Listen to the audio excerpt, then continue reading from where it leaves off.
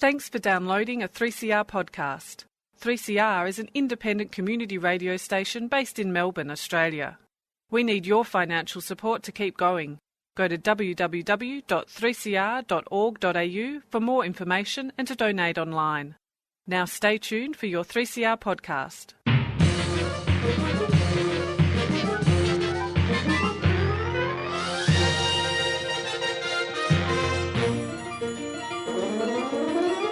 Hello and welcome to another episode of Lost in Science. It is the most amazing science you will hear all week or all month, depending on how often you listen to our show. I don't know. If you listen to us every day via podcast, maybe this is the best you'll hear all day. I don't know. I don't want to control what you're doing, really, or your experience, but I just know this is going to be really good. I hope. Joining me, as usual, is Stu. Stu, how are you? I'm very well. How are you? Yeah, pretty good. Can't complain. Don't intend to complain. What have you got to present for us today, Stu? Well, summer has come to an end, but we did have a relatively wet summer, and that means, well, it means a lot of things, but one of the things that it does tend to bring about is an explosion of mosquito populations.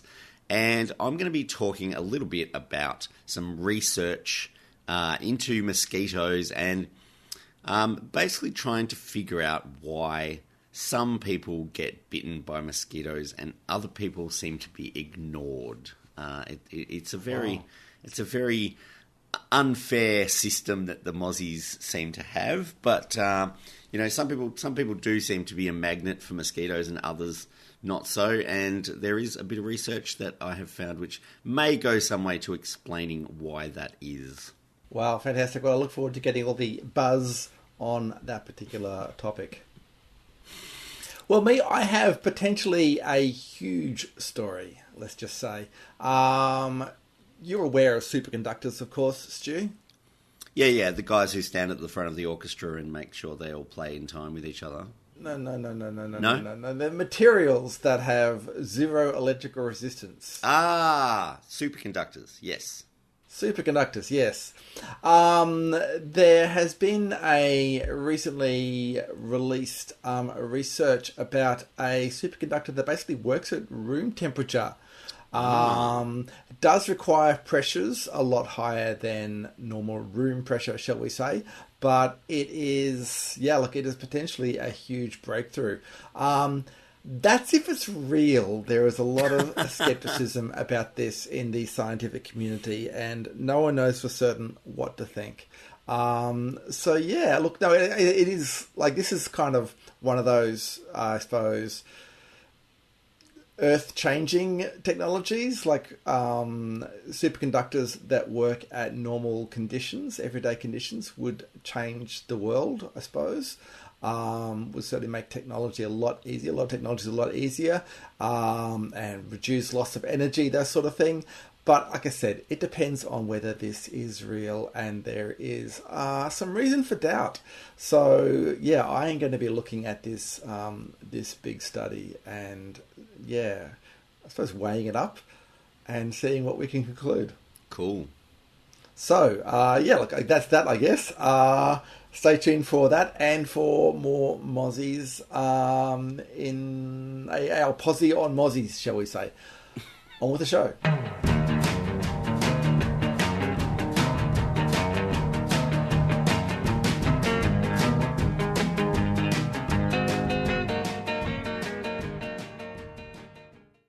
Now, Chris, do you get bitten by mosquitoes? Look, I do, Stu. But yeah, I don't think as much as some people. I went with a friend of mine to far north Queensland some years ago, and we went hiking and we were sleeping in hammocks because it was really hot in far north Queensland, and it was more comfortable to sleep in a hammock than put up a tent. And every morning he would wake up just covered in mozzie bites, and I did not get bitten at all. Yeah. Can I just say, apologise to any listeners out there. There is a dog barking next door to where I am and speaking at the moment, so if you can hear a dog in the background, that's on my end. But yes, Stu, look, I can't quite relate to that experience directly, except that, as you know, I have twin 2-year-olds. Yeah. Boy and a girl, so not identical. And our son, he's the same sort of thing. When there are mozzies around, he gets covered in bites in the morning. And our daughter, it just seems to be completely unharmed. And they are obviously closely related and very different experience with mosquitoes, which is very strange to see. It is very strange. And I don't have an explanation for my good fortune. And certainly my friend didn't have any serious repercussions from his ordeal with mosquitoes, other than just, itchiness, which is annoying in itself. But mosquitoes are a serious global health problem. There's over 700 million cases of mosquito-borne diseases every year, and there's 750,000 deaths annually from illnesses like malaria and dengue fever and West Nile viruses, which are carried by mosquitoes. There are about 3,500 species of mosquito on Earth, but only about 100 of them cause health problems for humans. So, a lot of the mosquito species are not even bloodsuckers. A lot of them feed on nectar, and they're not an issue at all. But these 100 species that cause all of the problems for us are, among the biggest killers in the world. But why some people get bitten more than others has been something of a mystery. And recently some scientists from Johns Hopkins University School of Medicine think they may have worked out part of that puzzle. Now, it's been known for some time since people started looking at mosquitoes, that mosquitoes can detect variations in heat, they can detect variations in humidity, and they can also detect carbon dioxide and carbon dioxide levels. And they use different kinds of receptors in their antennae. But they can also detect differences in odour. So they can actually smell different odours. And this is probably how they can sense the difference between humans and other animals. So, the insects that bite us don't necessarily feed on other animals either. But some of them do, but not all of them do. Now, mosquitoes sense smells with their antennae, and while only female mosquitoes bite humans, males are also apparently attracted to human smells. So they hang around, but they don't bite us.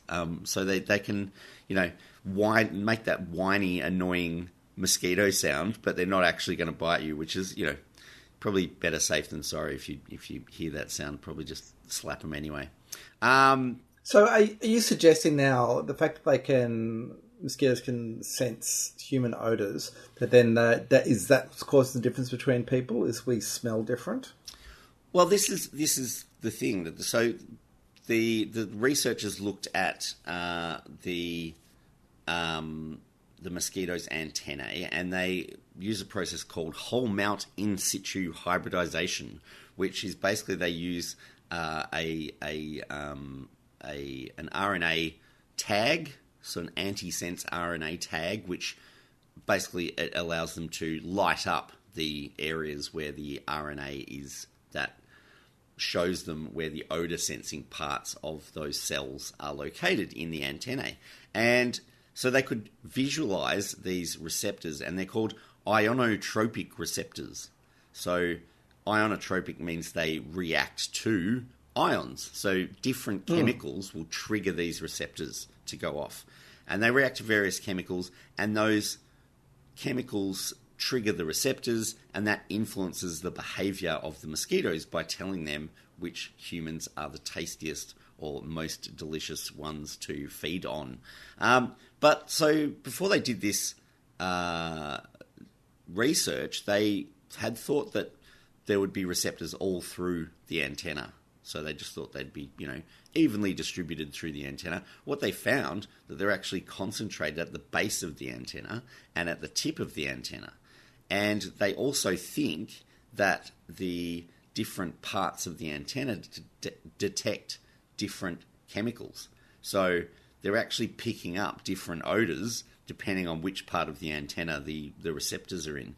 And they think that various combinations of acids that human skin produces is what attracts the mosquitoes to some people, and that the natural variation in the production of these acids is why some people get bitten a lot and others don't get bitten hardly at all, basically. They also, by looking at this, investigating antennae of mosquitoes in a lot more detail than anyone has done before, they realised they're actually very, very complex and not at all simple. So they sort of went, it's just a simple way that they detect smells and things like that. No, it's actually very, very complex, and they are very complex sensory organs. And they also think that there may be a lot more variation between different species of mosquitoes in how they detect the smells of different sort of food sources as well. So the whole kind of point of doing this is, as I said, it's a huge health problem.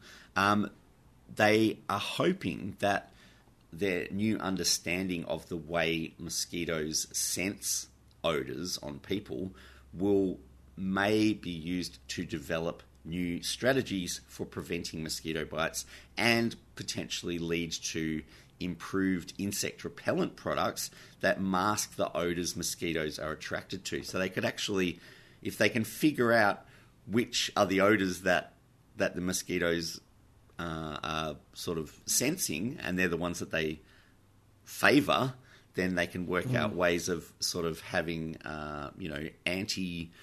anti-acid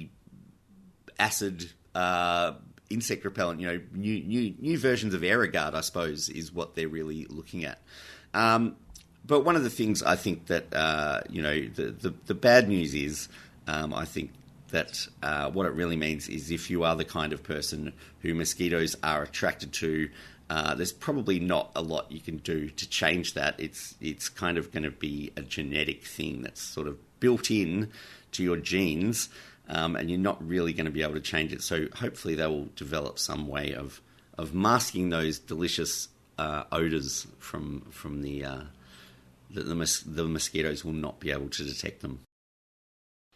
I was going to ask it because if it's skin acids, could you either A, clean yourself really well, so that you've got sweet smelling skin or something, or wash yourself with bicarb soda or something to neutralize the acid. But I guess the problem there, that would produce carbon dioxide, which also attracts them, so that's probably not going to help. Well, that's the thing. It's this is one way that the mosquitoes detect things. They can actually detect a whole range of different things. So they can detect temperature changes and carbon dioxide and all these other things. So it's not going to solve all of the mosquito bites in the world, but it might help. And I think probably that's something to look forward to, is that they might be able to figure out some way of masking those delicious smells. I think we're lost. We're not lost. Not even any short-range radio signals yet? Except for a single, very powerful radio emission. Of course, a transmitter of that sort isn't exactly standard equipment.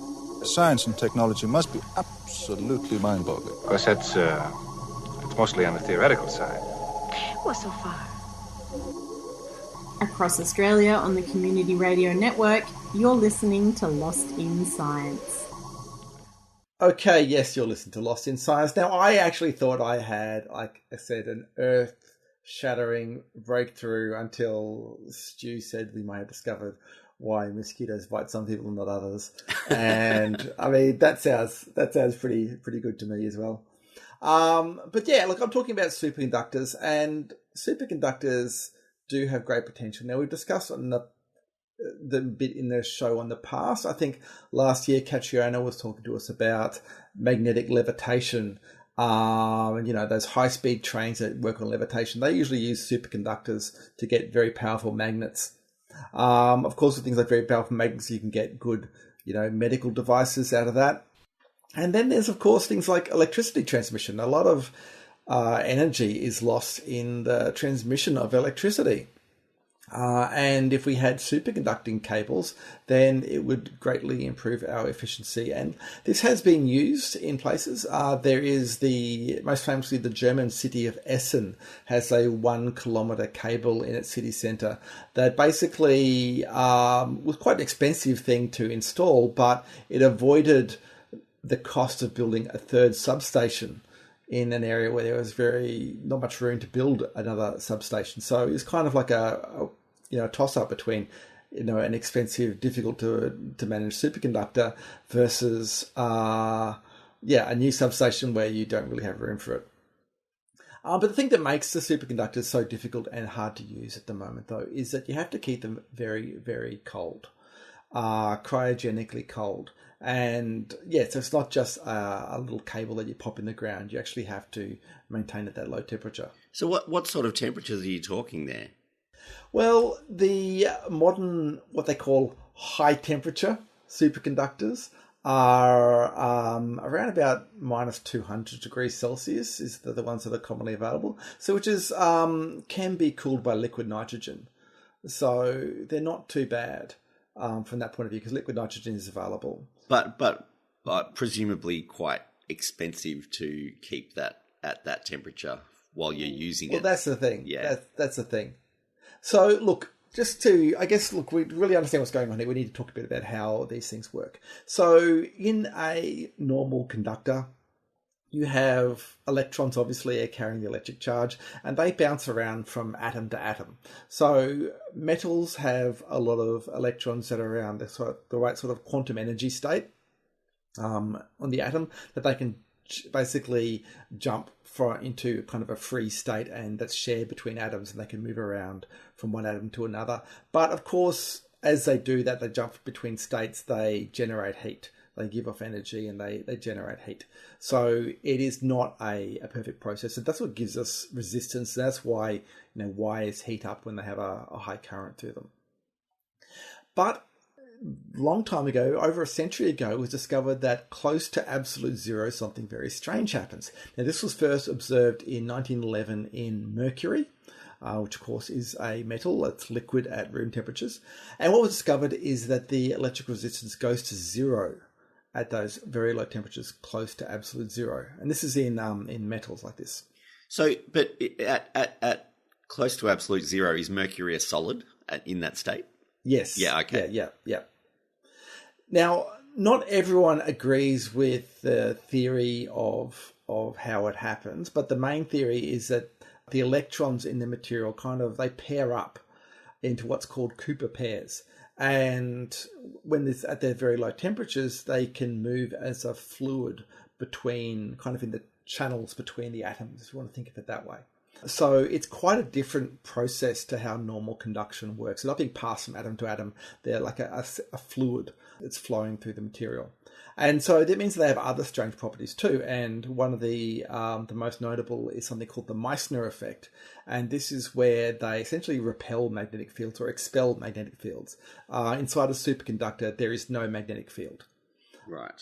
The properties of superconductors eliminate the magnetic field inside them. So they're quite different to normal conductors. That's an important thing to remember. They're not the case of you just got a perfect conductor. They are a different concept of the way they conduct electricity. But yeah, that's a property of metals when they're close to absolute zero. But in the 1980s, these high temperature superconductors, high temperature being a relative term, they were discovered, and they used various kind of methods, like different kinds of combinations of material to achieve this state. I think there's a lot of copper-based ones and that sort of thing. But recently there's been a lot of interest in hydrogen-based superconductors. Now, the theories that predict that at very high pressures, hydrogen, which is, of course, the lightest element and is a gas normally, at very high pressures, it becomes a superconducting metal.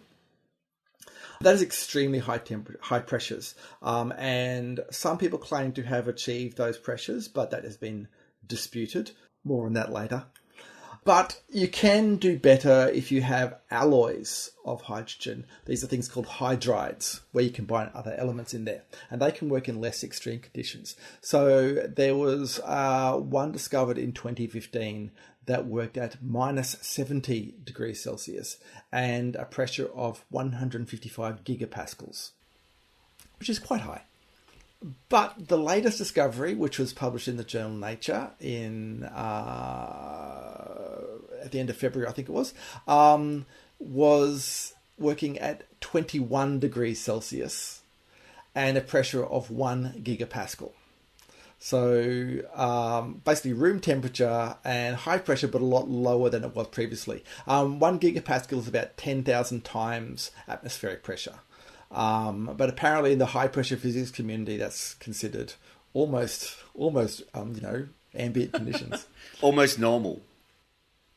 Yeah. Now, this was made by a team at the University of Rochester in New York State in America, led by someone called Ranga Diaz. And what they did is they got a thin foil of a rare earth metal called lutetium. They squeezed it in a diamond vise. So basically it's a vise or an anvil made out of diamonds because it can withstand the high pressures. And they injected in a mix of hydrogen and nitrogen gas. I think it's about 99% hydrogen, 1% nitrogen. And they put the pressure up to 2 gigapascals and baked it at 200 degrees Celsius for about 3 days. And it turned into a kind of a bright blue crystal. And when they eased off the pressure, this bright blue crystal remained. But when they turned the pressure back up again, the blue crystal turned pink, and the resistance went to zero, turned into a superconductor. And it worked best at, as I said, 21 degrees Celsius and at a pressure of 1 gigapascal, which is, I think, is still higher than the pressure at the bottom of the deepest part of the ocean, but still, it's an achievable pressure. And apparently all their measurements showed that it repelled magnetic fields, which, as I said, is one of the notable properties of superconductors. So it all sounds pretty amazing. But as I said, there are doubts about this. And the main reason is this same group published a study in 2020 on a different but related substance. It was like carbonaceous sulfur hydride. So it's got carbon and sulfur in it. And that one was not as extreme. It worked at 14 degrees Celsius, which is still pretty high, but a pressure much higher of 267 gigapascals. So hundreds of times higher pressure than the latest sample. And that one caused a stir at the time, but then there were questions raised about some peculiarities in the data. When the raw data was obtained, the methods they use seemed to be a bit peculiar and were inconsistent with what was described in the published paper. And so the paper was actually retracted last year by the journal Nature. It was also published in the journal Nature. And since then, people have been going over work by Diaz and Diaz's collaborators, including finding alleged plagiarism in his PhD thesis.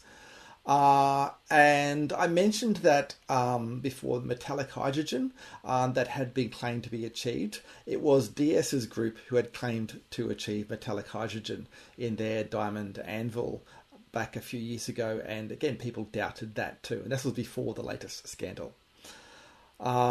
So there's a bad track record here.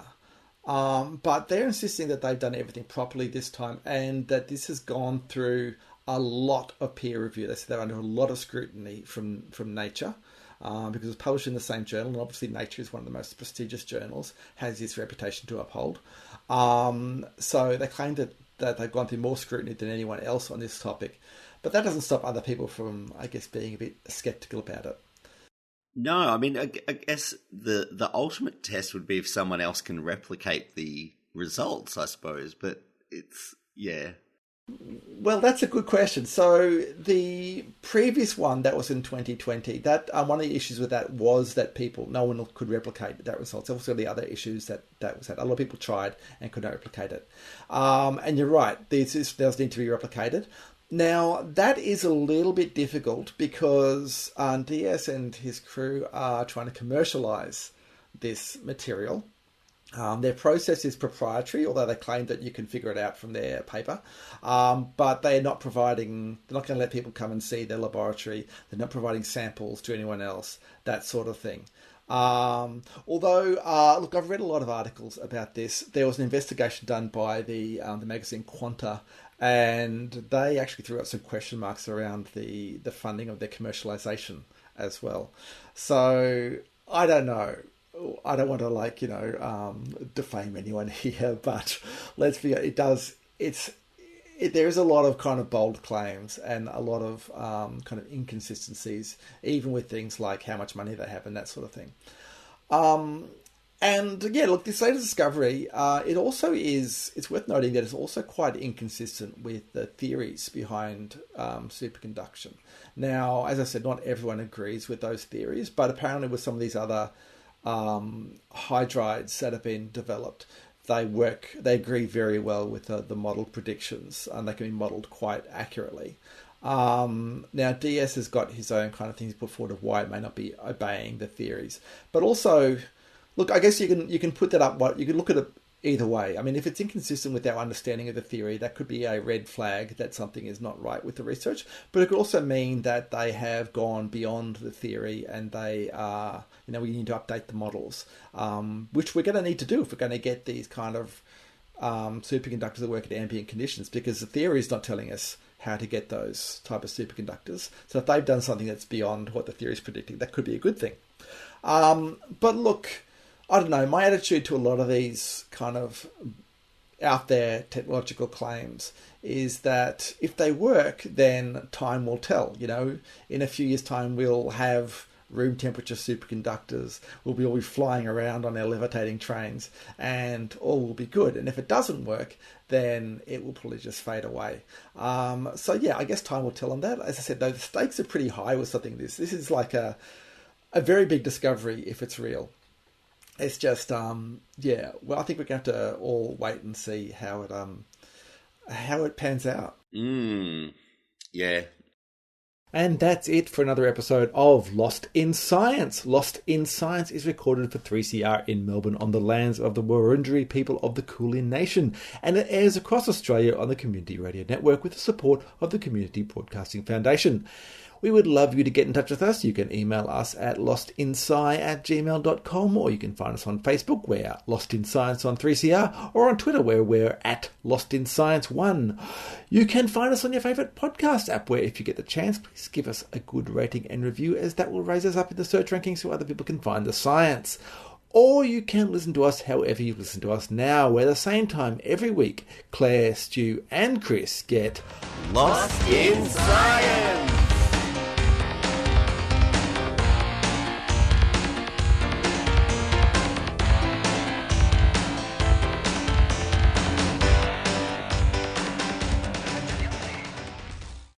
Thanks for listening to a 3CR podcast. 3CR is an independent community radio station based in Melbourne, Australia. We need your financial support to keep going. Go to www.3cr.org.au for more information and to donate online.